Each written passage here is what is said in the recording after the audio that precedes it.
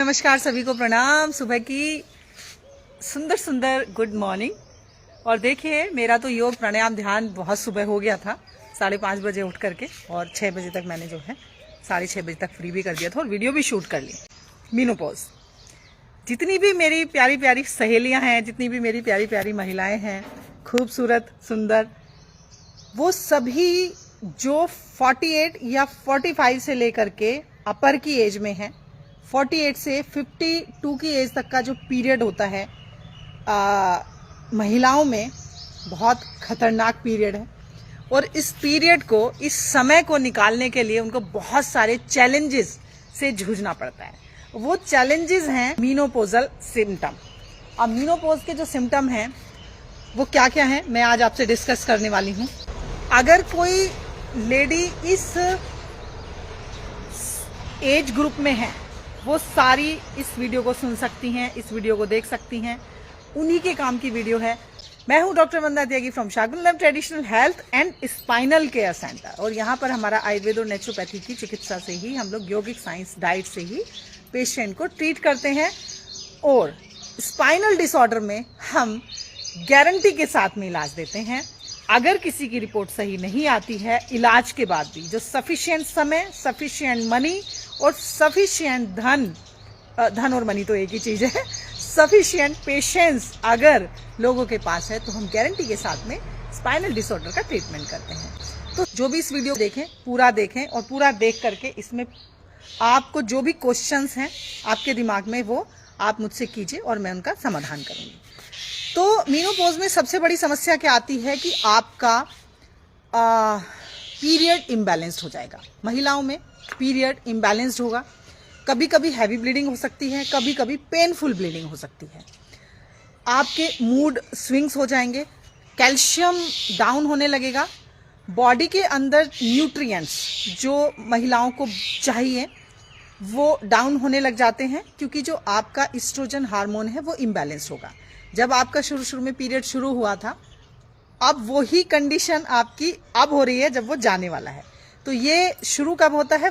आजकल तो 45 से की एज से शुरू हो जाता है। प्री मीनोपोजल सिम्टम भी आने शुरू हो जाते हैं कई बार, लेकिन जो साइंस कहती है वो कहती है 48 से 52 की एज में ये सिम्टम आपको आने शुरू हो जाएंगे।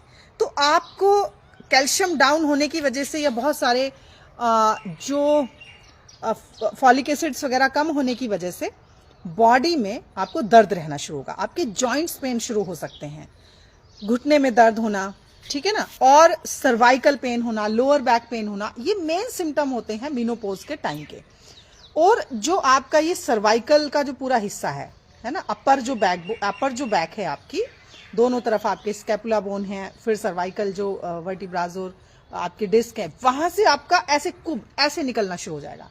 तो ध्यान रखें अपने पोस्चर का खास ध्यान, क्योंकि इसमें क्या है कि जैसे कैल्शियम डाउन होगा, आपके न्यूट्रिएंट्स डाउन होंगे, वैसे ही आपका बॉडी का जो बोन का स्ट्रक्चर है, जो अस्थि तंत्र है आपका, वो मुड़ना तुड़ना शुरू होगा। और मुड़ने तुड़ने शुरू होने से क्या होगा कि आपका स्ट्रक्चर ही गड़बड़ होना शुरू हो जाएगा। तो आपके अंदर बहुत ज्यादा एक विचारों का थॉट प्रोसेस भी डाउन जाने लग जाता है। और थॉट प्रोसेस का डाउन जाने का मतलब है कि आपको नेगेटिव थॉट बहुत ज्यादा घेरेंगे कि अब तो बूढ़ापा आ गया है, अब कैसे होगा, अब छोड़ दो, ये चीजें अब हमसे नहीं होंगी। तो इस विचार को ही अपने माइंड पे हावी नहीं होने देना। जैसे ये विचार आए, तुरंत उठिए, सुबह जल्दी उठिए और अपना मैट, योगा का मैट बिछा लीजिए और योगा प्राणायाम शुरू कर दीजिए। उसके लिए मैं आपके लिए हूँ, आपको मैं काफी हेल्प कर सकती हूँ। दूसरी चीज होती है कि आपको नींद न आने की प्रॉब्लम भी हो सकती है। पिंडलियों में बहुत ज्यादा स्टिफनेस और खिंचावट आपको महसूस हो सकती है, कमजोरी फील हो सकती है पिंडलियों के अंदर। तो ये आप सोते वक्त आपको बेचैनी सी शरीर में हो सकती है। तीसरा आपको क्या हो सकता है, किसी को माइग्रेन भी रहना शुरू हो जाता है, किसी को मतलब बहुत ज्यादा मूड स्विंग्स होते हैं। यानी कि मूड स्विंग से मतलब है कि आपको झुंझलाहट, फ्रस्ट्रेशन, ये सारी चीज आनी शुरू हो जाती है। तो इस चीज का खासकर ध्यान रखें कि ये आपका मीनोपॉज की वजह से हो सकता है। आपका ना एक चेकअप होना चाहिए। आप ब्लड टेस्ट वगैरह अपने कराते रहें, हीमोग्लोबिन कितना है आपके अंदर, क्योंकि हैवी ब्लीडिंग होती है, कई बार क्लॉट आते हैं। इसी समय में कई बार फाइब्रोइड्स अगर आप अल्ट्रासाउंड कराएंगे तो फाइब्रोइड्स आने शुरू हो जाते हैं, छोटे छोटे फाइब्रोइड्स होते हैं, उनसे घबराने की जरूरत नहीं है, क्योंकि ये फाइब्रोइड जो है बहुत ऐसे नहीं होते हैं कि तुरंत आप जो है अपने सर्जरी करवा लें या यूट्रस निकलवा दें, ऐसा नहीं। आप थोड़ा सा पेशेंस के साथ में अगर चीज़ें करेंगी तो बहुत ज़्यादा आपको इसमें रिलीफ मिलेगा। तो सबसे पहला मैं आपको बता रही हूँ कि इसमें आपको डिहाइड्रेशन बहुत ज़्यादा होगा, यानी कि प्यास बहुत लगेगी। हॉट फ्लैशेस होते हैं ना, गर्मी बढ़ती है शरीर के अंदर, हॉट फ्लैशेस होंगे, हॉट फ्लैशेस के कारण से आपको प्यास बहुत ज़्यादा लगेगी, मुंह हमेशा सूखा रहेगा, जीभ आपकी कोटेड रहेगी, वाइट कोटेड। तो इसमें क्या करना है आपको अपने पानी का बहुत ज़्यादा ध्यान रखना है।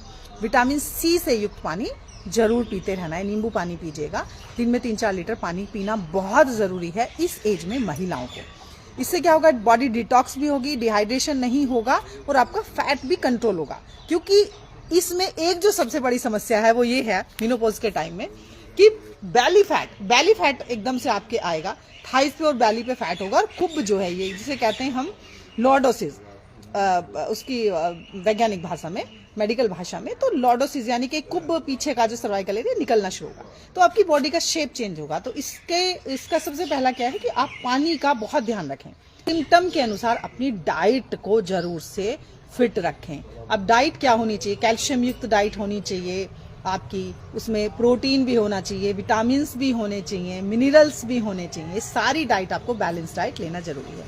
तो अगर कोई मुझसे कॉल करके पूछेगा तो मैं डाइट चार्ट बना सकती हूँ, सबका डाइट चार्ट बना करके, हाँ, अलग अलग, लेकिन अलग अलग प्रकृति के अनुसार अलग अलग डाइट चार्ट बनते हैं, अलग अलग पोषक तत्व की नीड के अनुसार डाइट चार्ट बनते हैं। ये नहीं कि आप कुछ भी डाइट चार्ट किसी को भी दे दें। खाना तो बहुत कुछ चाहिए, लेकिन किसको क्या खाना चाहिए, अपनी बॉडी की प्रकृति और न्यूट्रिएंट्स के हिसाब से खाना चाहिए। पेशेंस के साथ में आप उसको चीजों को करना चाहिए। थोड़ा सा प्राणायाम जरूर करिए। मैं पूरे योग की बात नहीं कर रही हूँ, योगा माने तो आप आसन समझ लेते हैं कि ठीक है भाई, हम सुबह सुबह आसन करें, एक्सरसाइज करें तो हमारा फैट कम हो जाएगा, हमारा बैली फैट कम हो जाएगा, थाइस पे से फैट कम हो जाएगा, वो तो करना ही है। छोटे छोटे सी एक्सरसाइज, अब जॉइंट मूवमेंट भी केवल करें तो चल जाएगा। छोटी छोटी सी एक्सरसाइज करके अगर आप प्राणायाम करें, प्राणायाम माने ब्रीदिंग एक्सरसाइज बहुत जरूरी है। शांत बैठना जरूरी है। 10 मिनट के लिए आप मौन में बैठें, और मौन में बैठ करके जब आप इन चीज़ों पर विचार करेंगे तो आपकी थॉट प्रोसेस भी बहुत बैलेंस होगा। जो आपका थॉट प्रोसेस नेगेटिव जा रहा है वो बैलेंस होगा, और बैलेंस होकर क्या होगा कि आप अपने मेनोपॉज के सिम्टम को मतलब उनसे ऊपर उठ पाएंगे। जस्ट सी योर सिम्टम्स, आपको बस पेशेंसली उनको देखना है और मैनेज करना है। बिल्कुल भी ये सोचने की जरूरत नहीं है हम लूट गए, हम पिट गए, अब क्या होने वाला है, क्योंकि ये प्रोसेस आएगा, ये थॉट प्रोसेस माइंड के अंदर चलेगा कि भाई अब मेरा जो है कुछ भी नहीं रहा, अब तो मेरा बुढ़ापा आ गया, अब तो बच्चों की शादियां वादियां हो जाएं और काम चल जाएगा। ठीक है, तो ये सारी चीजें आप जरूर से, तो आप लोग जरूर अपनी मम्मी, ताई, चाची या सिस्टर्स जो आपसे बड़ी हैं, जो 45 से 50 की एज में चल रही हैं, उनको प्लीज समझने की कोशिश करिए। अगर उनका मेनोपॉज का टाइम चल रहा है तो इसका मतलब उनके अंदर बहुत सारी तकलीफें शुरू हो गई होंगी। अगर वो मूड स्विंग्स करके लेटी हैं, या उनको फ्रस्ट्रेशन है, या वो आपको डांट रही हैं या कुछ कर रही हैं, तो उसको अदरवाइज ना लेकर के ये देखें कि हार्मोनल बहुत ज्यादा चेंजेस उनकी बॉडी में चल रहे हैं, है ना। तो जेंट्स लोगों का भी ये फर्ज बनता है कि आप अपने घर की जो लेडीज हैं, जो मम्मी हैं, ताई जी हैं, चाची हैं, बुआ हैं, या जो उस एज की वाइज लेडीज हैं, दीदी हैं, उनको आप समझने की कोशिश करें। क्योंकि महिलाओं का थोड़ा सा बॉडी आप लोगों से बहुत चेंज बनाई है, भगवान ने बनाई है, वो तो अब भगवान जाने कैसे कैसे उसका जो है सिस्टम है, वो मैं तो कुछ हम लोग तो इसमें सोच ही नहीं सकते कि भगवान का सिस्टम क्या है। भगवान का सिस्टम अपना है और वो अपने आप जो है उसको करता है। तो ये है। और मेनोपॉज में फिर हम बात करते हैं दवाई की। ठीक है, तो आज का सेशन मेरा था ये। मेरा नंबर डिस्क्रिप्शन बॉक्स में रहता है, किसी को भी जरूरत है तो आ करके आप मुझसे फोन पर बात करके अपना डाइट चार्ट मेंटेन करा सकते हैं, अपने आप का काउंसलिंग सेशन ले सकते हैं, और हमारे यहाँ पे चलता रहता है ना। लेकिन आपको अपॉइंटमेंट लेना पड़ेगा, बिल्कुल बिना अपॉइंटमेंट के नहीं होता, क्योंकि कई बार कुछ बहुत सारे अलग पेशेंट्स होते हैं, उनको हम देख रहे होते हैं, क्या कर रहे होते हैं, बहुत सारी चीज़ें। अभी मेरी एक वीडियो यूट्यूब पर भी आएगी, उसको भी देखिएगा कि किस तरीके से ब्रेन की फ्रिक्वेंसी काम करती है गलत और अच्छे और बुरे कार्यों को करने के लिए। तो आज का मेनोपॉज का जो मैंने वीडियो बनाया है, आप सभी लोग ध्यान से सुने और जिन भी लेडीज को ये समस्याएं आ रही हैं, सबसे बड़ी घुटने की समस्या जो आ रही है, मेनोपॉज में घुटना एकदम से बोलने बजना शुरू हो जाता है, उसका ध्यान रखें, आप तुरंत से ट्रीटमेंट लें। आयुर्वेदिक नेचुरोपैथी के ट्रीटमेंट बहुत कारगर हैं, बहुत काम करते हैं। आप लीजिए, अपॉइंटमेंट लीजिए और मुझसे बात कीजिए, आपका लाइन ऑफ ट्रीटमेंट इसमें लिखा जाएगा। इस वीडियो को जो भी देखे, जिसके मन में जो भी क्वेश्चन आए, वो आप उस पर लिख सकते हैं। तो सबको धन्यवाद, नमस्कार, थैंक यू।